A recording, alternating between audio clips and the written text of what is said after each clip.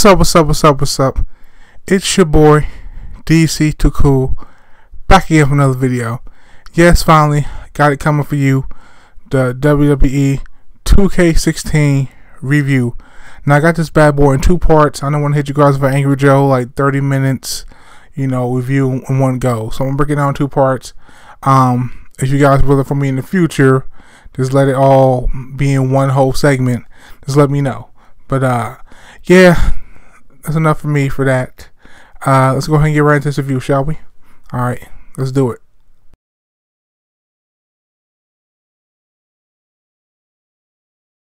Graphically, this game is the best looking game in the franchise thus far. Small, minute little details on character models and faces and things have really made this game stand out from its predecessors. The new jacket technology, as you see, they are just very like models. It looks really good.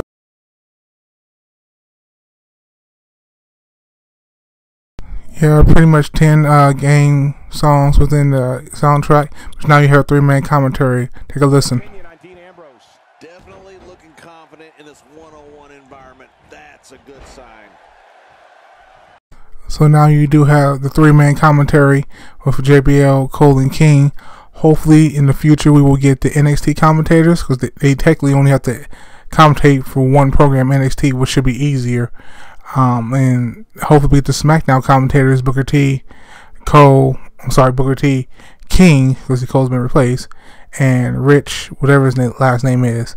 It's a lot better, but unfortunately it still isn't what it needs to be.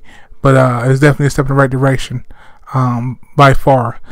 So audio can only go up from here. They're definitely making good strides for that.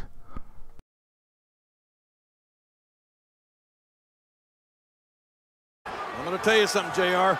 If the Rattlesnake can get past Shawn Michaels, plus that Enforcer, plus Triple H outside the ring, he's really done something here tonight. But can he do it? And what he's done is become the WWE champion here in Bean. So the showcase is pretty much what we've seen before in 2K15.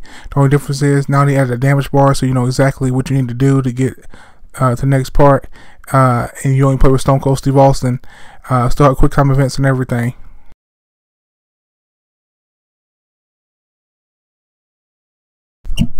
So the gameplay is definitely went for even more simulation, which is amazing. The game is cleaned up in so many ways. You got side headlocks now. You got backing guys up against the corner, backing guys up against the ropes. You got cheap shots that you can take depending on who hits the button first, whether you're attacker or defender, would depend on which where you hit it at. You have the reversals are so much better now. You got so many things in this game. They just simulate realistic wrestling. The game has never felt better before. And you have to watch reversals, as you see here. Seth Rollins doesn't have any, and pretty much if he starts to get beat up, then he's nothing he can do until he gets a reversal option. He's absolutely defenseless, literally.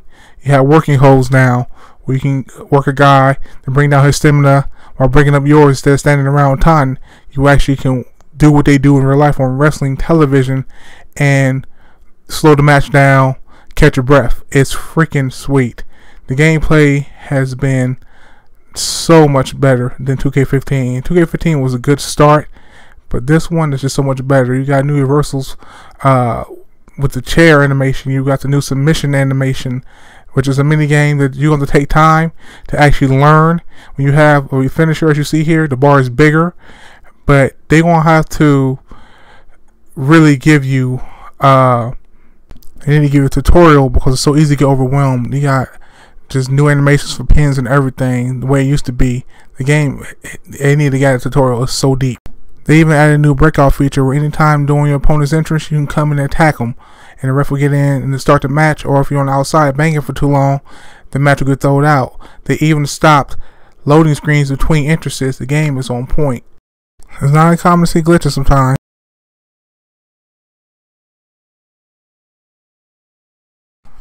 So they've added 120 new parts, or 128 new parts for the creation suite. The best part about the WWE wrestling games, the creation.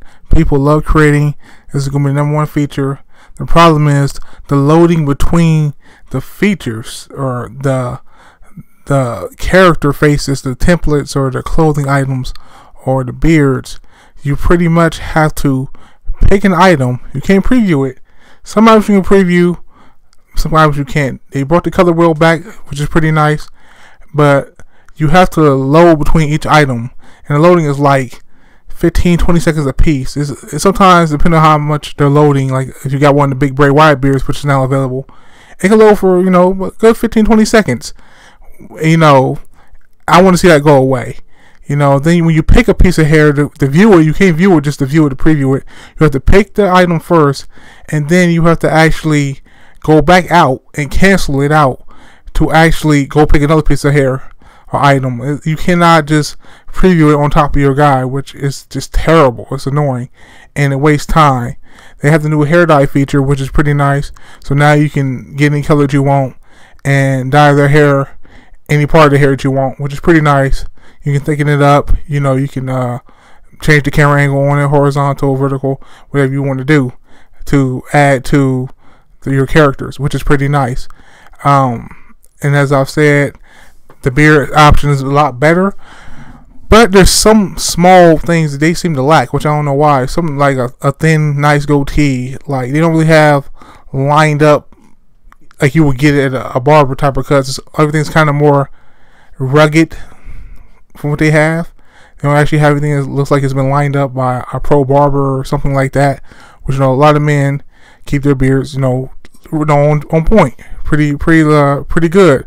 So it just boggles my mind, how do you not have like these lined up style beards? And you got the new face feature where you can customize and edit and morph your face, which is nice. They brought that back. Has a lot of features on that.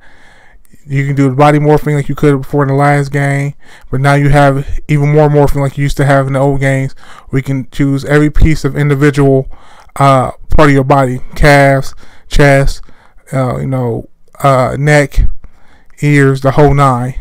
So that's a nice welcome back to the game as well. And you also have items and everything like you had in the other game. Masks, football helmets, just silly things, accessories that you might want to put on your guy. And just like in the last game, you could choose original stuff or actual stuff from WWE superstars that are already in the game, which is pretty sweet. I like that feature. The problem is, though, I've noticed is that if your guy has a beard or something along those lines, you actually cannot put something like Eric Rowan sheet mask on, because I've tried it with my Braun Strowman I've downloaded. You can't put it on because he has facial hair, which is completely nonsense. But to the clothing is pretty nice. You can view it, but you have to view it on a mannequin. You can actually view this on your created character until after the fact you put it on them, which I think is stupid. There's little small inconsistencies with the clothing and the items and stuff that really just make the experience a lot sloppier, a lot more time consuming it needs to be.